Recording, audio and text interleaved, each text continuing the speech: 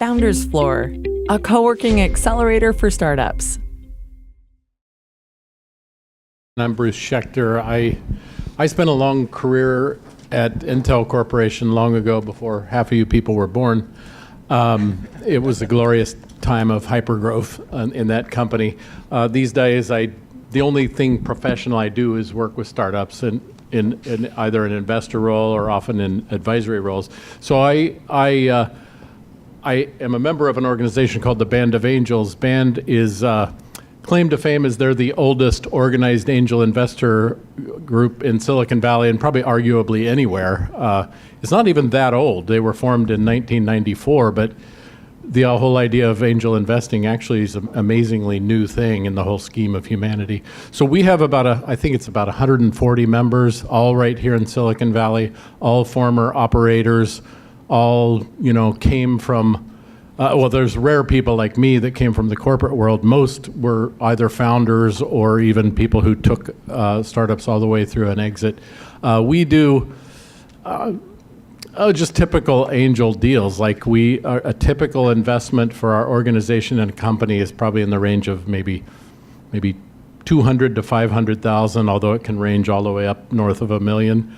Almost always syndicated with other individual or VC or angel group investors, and only thing we care about is that it's tech. We're agnostic about sector as long as it's tech. Although we have some real focus I think we have about 7 focus areas. I couldn't name them all, but the obvious ones are software and life sciences and enterprise and wearables and IoT, and et cetera. So anyway, that's what we do.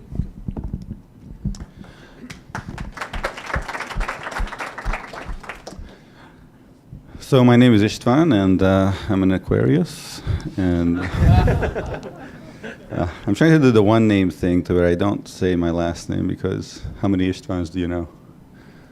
Right? It's like Björk. It's like, okay.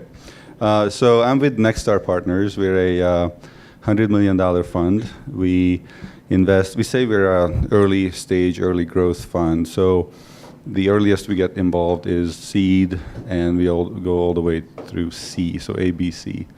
And we write checks anywhere between $100K to $6 million. And we have this overarching theme around the mobile and wireless infrastructure, and mainly focus on B2B and enabling technologies. I focus on AR, VR, and machine learning, or these days we call that frontier technologies, I guess. And my colleagues also focus on IoT, security, and just wireless infrastructure. So we have 3 people on the team, 2 of us in San Francisco, 1 in New York. We don't have any geographical restrictions, although that doesn't really matter in this room, I guess.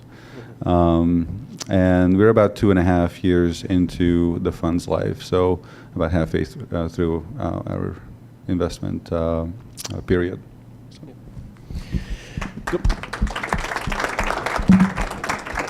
So my last name is Day, D-A-Y, and so when we had our kids, I was playing with my wife. I'm like, wouldn't that be awesome if our daughter's name was Windy Day? Wouldn't that be awesome? And then our son, Sunny Day, She didn't think that was very funny, so. But part of our, job as investors is to kind of see what's going to be the next thing, the technology, the sector, 5 years, 10 years down the road, And so many times we have to start thinking about, what's interesting before there's a coined term like the on-demand economy or IoT or cryptocurrency or things like that. So what are some of the things you guys are seeing right now that, make you excited, or maybe some investments that you've done recently that that you're really excited about? It's fun. Do you mind if we check? Oh. We'll go with Bruce first.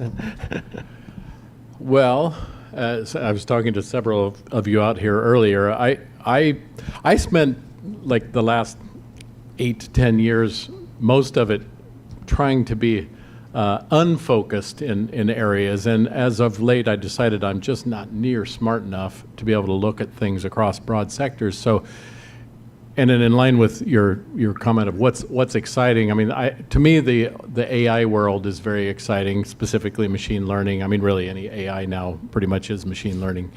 And I've looked at a number of things. I'm really thrilled that I'm sitting next to a person who probably has way more experience in the sector. So I want to hear what Istvan says. But my most recent investment is in a company called Big ML. It's a platform play, machine learning in the cloud, with a real spin on trying to make machine learning available to normal human beings instead of AI experts. Very interesting, and the thing that makes an investor incredibly excited is when you can go visit the company numerous times, and every time you go, you hear about customers who've come out of the woodwork looking for the company to help them with their problems, and that's the dream now. Ask me again in 5 years. So I also have some involvement in well, it's really not that interesting to talk about it because it's so stealth that we're not talking much, but it's involved in autonomous vehicles and help to the big companies who are out there developing autonomous vehicles. But I'm new to this scene, but that is definitely for me the exciting world. So I look at AR, VR, and AI machine learning, right? It's funny how we say AI and machine learning like it's one thing all the time. So on the VR side, I have a couple of things I'm excited about. So just to, you asked about the most recent investment. So my most recent investment in that space is a company called GridRaster. It's a seed stage investment I made a few months ago. And what they do is they stream rendered content from the cloud to mobile devices. And the idea is that, we believe that, again, it goes back to the mobile thesis, but we believe that this device is the key to virtual reality. Expecting a call? No. Go right ahead. I apologize. Check for updates. Maybe next time. For goodness sake. Cancel. Maybe just mute would be good. That's a good point. How about mute? Oh, for the love of God. But anyhow, so this is going to be the key to virtual reality, right? No one's going to pay $3,000 for a headset when you have something that can do almost everything in your pocket, except that these things are not powerful enough to give you the high fidelity experiences. So GridRaster runs the high fidelity games on a high-powered computer and then streams the content to the mobile device. And of course, that's not very difficult. What's very difficult is that they do that with under 20 millisecond motion-to-photon latency, given all that turnaround, which you would expect to be way longer than that. So they have a number of patents to get that going. On the machine learning side,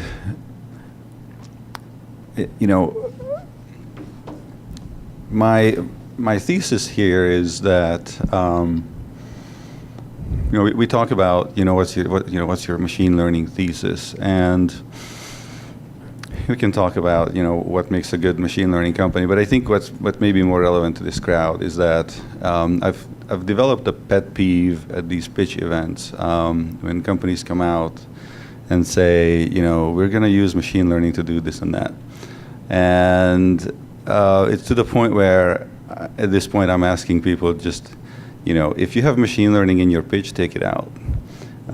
Don't say it. But we do that. Yes, but I don't care. Why? I don't care because what I care about is that you solve a difficult, important problem and a big problem. And how you do that, at the end of the day, matters less. And saying machine learning isn't going to get you the next meeting. Saying, big market, difficult problem, that's going to get you the next meeting. And the other thing that you have to realize about machine learning is that machine learning is not something that you want to use. Machine learning is something that you have to use because nothing else works. If you have a problem that's well defined and there's a lot of certainty, you can just hand code a solution that works 100% of the time. Machine learning doesn't do that. Machine learning doesn't work 100% of the time. It's like a human brain, right? It makes mistakes. So why would you want to use a technology that's not 100% and it's going to make mistakes, and you're going to have to release a product that's going to make mistakes? Why would you want to do that? Because there's no alternative, right? For human vision and object recognition and voice recognition, there's just nothing else that we can do. So be prepared to answer the questions of, how accurate are you and how are you handling your edge cases? And I don't want to go into a whole lecture on this, but It gets annoying. I'll stop here. It gets annoying when everyone starts saying AR, VR, all this stuff, and then they just throw it in there in the pitch thinking that's going to get them the next meeting. It just never does, Yeah. You talked about autonomous driving. I think Bruce did. Both of you maybe talked about it. When are we going to have what's called, I guess, is it level 5 autonomous driving? How many years from now you think before a majority of cars, over 51%, would be autonomously driven? How many think that? 50%. Yeah. What do you think? How many years? Are you asking both of us? Yeah. It's level 5, 50%? Over 50% of the cars on the road. Level 5. Okay. So the issue with level 5 is the edge cases.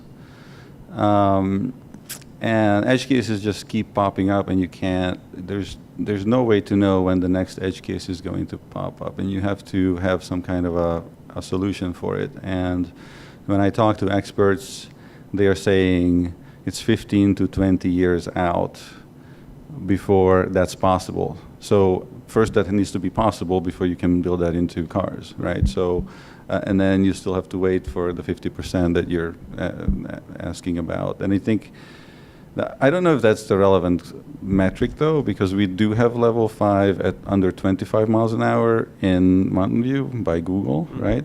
And so it's interesting, I don't know if you guys realize this, but self-driving under 25 miles an hour is basically a solved problem, and highway driving is also basically a solved problem. It's in between that's difficult.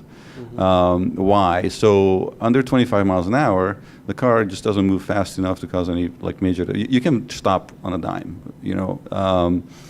and over 70 miles an hour, you're on a highway. There's not a whole lot that happens. You just have to keep in the lane and not hit the guy in front of you. That technology was demonstrated in the 80s or maybe even 70s, right? So there were all these technology demonstrators. So it's the issue is when you go 35, 40 miles an hour in the city, where someone steps out in front of you, then what do you do? So that's where most of the edge cases and also the sensors, rain, snow, and then the car that drives in Mountain View doesn't drive in Tahoe and all those things. So. What do you think, Bruce? I mean, I guess the wrong question is 50%, but more like over 25 miles an hour, road speeds. I mean, are we going to you and I going to be alive before that happens? Well, I'm an eternal optimist. I'm going to say yes. And I could easily imagine the 50% in the 15 to 20 years. Yeah. I do think it's probably more interesting to watch what's doable in between, right? I mean,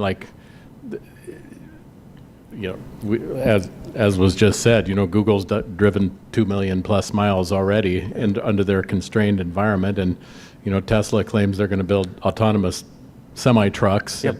Which these kind of constrained cases, I that's what I would be interested in finding, are the constrained cases that are doable in constrained, near-term time frames, and I do think it's going to creep up on us. People will start to see these constrained cases and start to get used to them, and then and then we wake up someday and there's more than we all thought. So good question, though. Yeah. Circling back about fundraising. So, a lot of companies are, fundraising tonight or will in the near future. What are best ways that you guys like to be approached, with companies that are fundraising? Is it events like this? Is it personal introduction? Is it cold emails? Can you help? Because a lot of the companies that we come to our events, unfortunately, that sometimes they come from outside of the Bay Area, and the media glamorizes Silicon Valley, and they think they can just be here for a couple months, raise a quick $1 million in seed, and then they're off to the races. And it's not that way. Well, I have a couple thoughts. I mean, first is it's just, you hear it so often, it's hopefully obvious to you, but overwhelmingly, I want to be introduced to somebody. I want somebody who I absolutely trust to tell me that they've already looked at this, and so that like does the first, 20% of de-risking right there. Is I know that at least this is worth a try. But beyond that, the beauty of things like this are it's helping you prepare. I mean, you just can't, like fundraising, I've been on the fundraising side of many of my companies a lot. And I know how challenging it can be, but it's all about practice. Fundraising is an iterative process. I don't know of any case where anybody's gotten it right from the very beginning, that they walked in the door of the VC firm and walked out, with a term sheet and everybody was happy. Because you have to be just unbelievably good at listening and at empathy. Like the natural state of, especially if you're the CEO of your company, you walk into that investor meeting, you're on high adrenaline, and you're just feeling like you got to get the big story out there. But it's really about listening. It's about like getting the signals. And somebody was, with all due respect, I won't repeat who it was because I can't remember the name of the company anyway, but somebody was telling me they went to a VC firm, and at the end, the person said, well, this is really interesting. Let's keep in touch, but it's too early for me. And to me, that's the answer 95% of investor meetings get. By the way, only about 0.1% of VC meetings are going to end up in a funding event. So that's just them being nice. The question is, don't walk out of there thinking that's what you learned. What you need to learn is just even it's like a poker game. Even the tell signals of where were they not resonating with what you're doing? Because every time you walk back, okay, I'm being a little long-winded here, but here's the last thing I will say. I watch the CEOs that I've interacted with over the years, and one of my prime tests of how big a believer in this man or woman am I is this. Like when we walk out of that VC meeting, is his reaction, man, they just don't get it. I wish they could have understood what I'm saying, but they just don't get it. Bzzzt, that's not a good thing. But when they walk out saying, I think we learned something here, and I'm dying to get back to my office because I'm going to, rethink the model, or I'm going to rethink how I explain this, whatever. So that's a beautiful thing. There's never a failure of a meeting. Every meeting is a good thing. It's one more rung up the ladder towards your ultimate success. Can you repeat the question? Yeah. Well, what it is a lot of the companies here are in fundraising process or will, and they're trying to kind of figure out, how do I engage with investors? Some of them, this is their first-time founders. So what's the best way that you'd like to be engaged, or typical investors in general like to be engaged? Is it events like this? Is it cold emails? Is it personal introductions? Or is it all the above, or none of the above? I asked you to repeat the question. I asked you to repeat the question because I think Bruce explained everything, and I was like trying to grab onto something else that he didn't cover. But it's basically it, right? So I can start paraphrasing. Let's see if I can add anything to that. But basically, what you have to realize is that we get a lot of pitches, right? We listen to pitches for a living, and most of the companies we won't engage with beyond the first pitch. So 1 out of 1,000 companies will fund, right? And so why is that? There are all sorts of reasons. first of all, it's sort of already it's sort of an annoyance when someone comes up and it's not in my wheelhouse, right? Someone says, okay, I have this type of company, which is like on our website, it clearly says that that's not what we invest in. Mm-hmm. So, and the same thing with stage, right? So, I'm looking for a Series F, but I'm a seed investor, right? So that's just a fundamental. So do your homework and approach people who will be receptive to your message, right? So don't think that you just have to pitch every investor just because you come across them and then they say no. And then you think it's a failure, but it's a no because of some fundamental mismatch. It doesn't matter how good your idea is if my firm doesn't have a thesis around it, and we just don't invest in that area.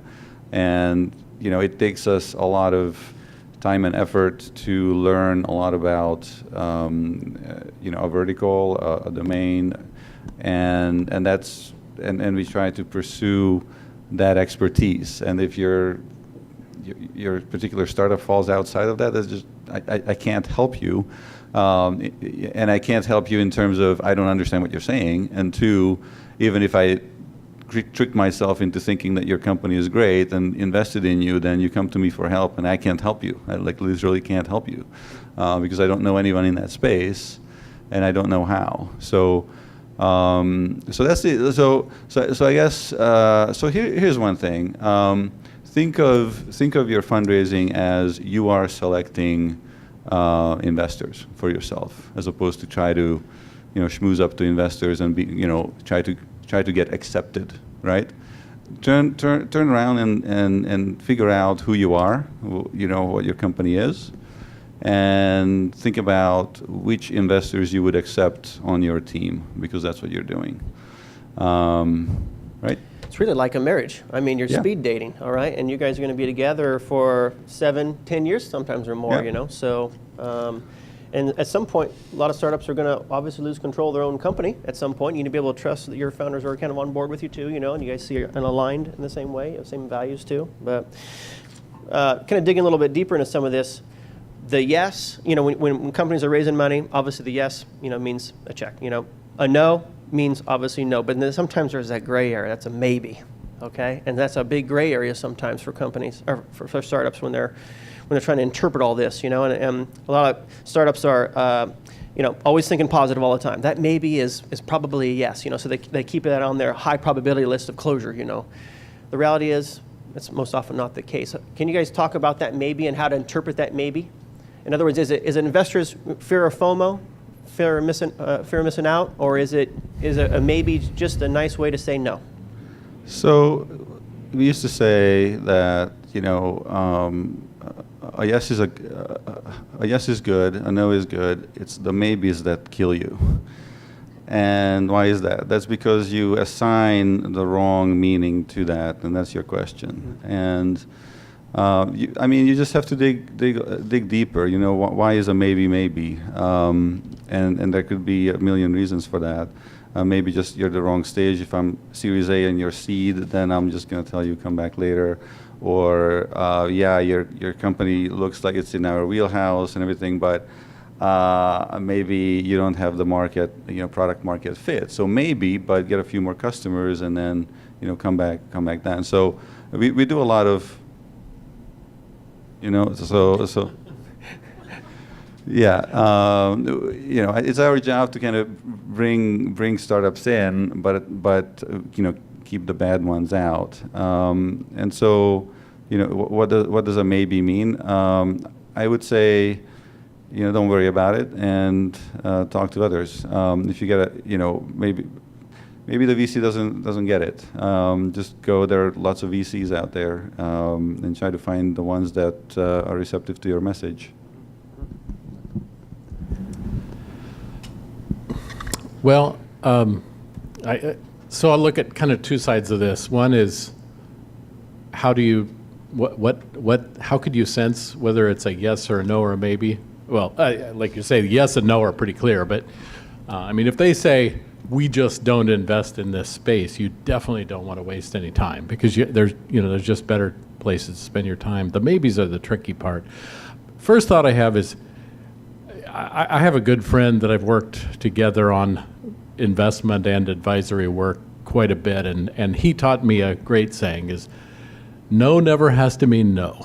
And it's like sales. And, in sales, no, if you take no as a no in sales, you're in big trouble because, you're going to lose a lot of sales. So same for investors. Now, you don't want to be annoying as hell either. But so what I would suggest, if you get the meeting with somebody, first of all, the best tell is not that they say, oh, yes, we're really interested. Probably not going to say, yes, we're really thinking about investing. I mean, if they say that, great. But even if they don't, they may be interested. The question is, do they keep asking you questions? Do they ask for more data? Do they ask for anything? And boy, if they ask for anything, you want to overwhelm them with a good answer. And so additionally, I think that my favorite CEOs often have had an attribute where they create a super simple email list that they send out possibly every month, maybe better even maybe every 2 months. Just like, here's what's going on, here's the deals we won this round, here's what kind of people we're trying to hire, et cetera. And it's just like all the friends of that company they're sending it to. So, but key constituents in that process are every investor you've ever talked to who hasn't said hell no. Now, you probably are being a little annoying to many of them, but they're pretty good at, put them right into their spam filter, and you're not going to bother them too much. But you may have somebody call you back someday, when you've won 20 more deals after that first meeting. So that would be one way to mitigate the not quite hell no yet situation. So you asked about fear of missing out. I wanted to say something about that. So, I think there are, it does happen when VCs, want to jump in on a deal just because a lot of other VCs are in it. But it happens so rarely, I can guarantee it's not going to be your company, right? So, so it's, there's a magic leap.